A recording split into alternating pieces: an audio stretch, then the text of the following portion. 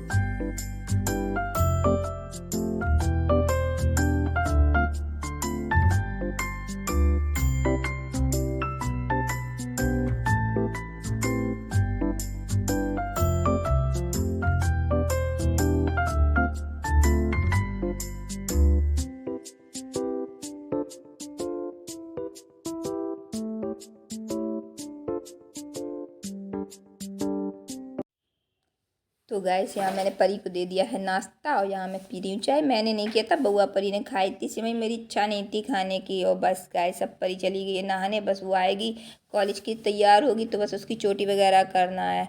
और यहाँ गाइस परी आ चुकी है तो उसकी चोटी करना तो मैं हमेशा यहीं सोफे पे खड़े होकर ही करती हूँ, क्योंकि परी जब मैं नीचे होती लगता है, लेकिन परी मुझसे लंबी समझ में आती है तो दिक्कत होती है चोटी करने में, और परी नहीं कर पाती है अभी, इतना नहीं है उसको। तो मैं उसको ये रोज़ इसी तरीके से चोटी करती हूँ गैस, सोफे पे खड़े होके बस चोटी करके इसकी बस उसको तिलक वगैरह कर दूँगी। और बस भगवान से यही प्रार्थना करती हूँ कि मेरी बेटियाँ अपने पैरों पे खड़ी हो जाए, मतलब आत्मनिर्भर बने, खुद कमाए, क्योंकि देखिए अपने हाथ का पैसा अपने हाथ का होता है। खूब हस्बैंड कमाते हैं, नहीं देते तो नहीं देते हैं। और बस मैं यही जानती हूँ, मतलब इन माँ बाप जो अनुभव करते हैं, जो उनके साथ बीता होता वही सोचते हैं, उसी के अनुसार अपने बच्चों के बारे में सोचते हैं। तो एक बात तो अपने हाथ का पैसा अपना होता है, हाथ में पैसा होता है लेडीज के तो वो बर्बाद नहीं करती है, अपनी गृहस्थी जोड़ती है गाइस। और एक चीज़ पैसे से ही आपको इज्जत मिलेगी, नहीं तो हर जगह से आपको लताड़ दिया जाएगा, ये तो होता ही है मतलब। और अगर आपके पास पैसा है कहीं भी खड़े हो जाओगे तो मतलब मैं एक बात बता रही हूँ, तो मैं यही सोचती हूँ कि मेरी दोनों बेटियाँ, मेरी क्या मतलब दुनिया की सारी बेटियाँ अपने पैरों पे खड़ी हो, अपने आत्मनिर्भर बने। लड़कियों का आत्मनिर्भर होना बहुत ज़रूरी है, क्योंकि वही समझती है, जो चीज़ इंसान पे बीतती है वही शेयर करता है गाइस। तो वही मैं सोचती हूँ कि आज मैं भी आत्मनिर्भर होती तो बात। तो गैस परी जाने के लिए तैयार हो गई है कॉलेज और वहाँ से जाएगी वो कोचिंग। बाय। क्या कह रही? बाय।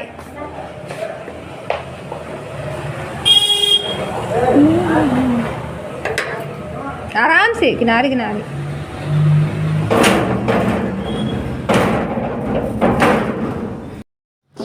तो गैस मैं यही सोचती हूँ कि मतलब लड़कियों को पढ़ा लिखा होना बहुत ज़रूरी है। वो कम से कम सरकारी जॉब नहीं मिलेगी तो प्राइवेट जॉब तब भी कर लेंगी।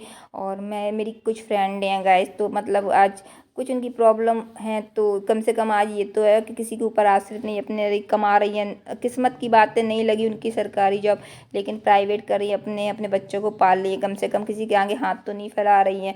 आजकल यही तो होता है गैस, अगर आपके पास कोई दिक्कत है, पैसे की दिक्कत है, कहीं भी खड़े हो जाए तो लोग सोचते हैं आ गए, ये मतलब फिर वो इज्जत वो सम्मान नहीं मिलता है। तो मैं उन्हीं को देख के परी को समझाती हूँ कि चलो पढ़ो लिखो, बुआ से भी बोलती पढ़ो लिखो, सरकारी नहीं मिलेगी कम से कम प्राइवेट जॉब कर लोगी। विद्या एक ऐसा धन है, आपकी योग्यता ऐसी है, कोई छीन नहीं सकता, ना उसे चुरा सकता है।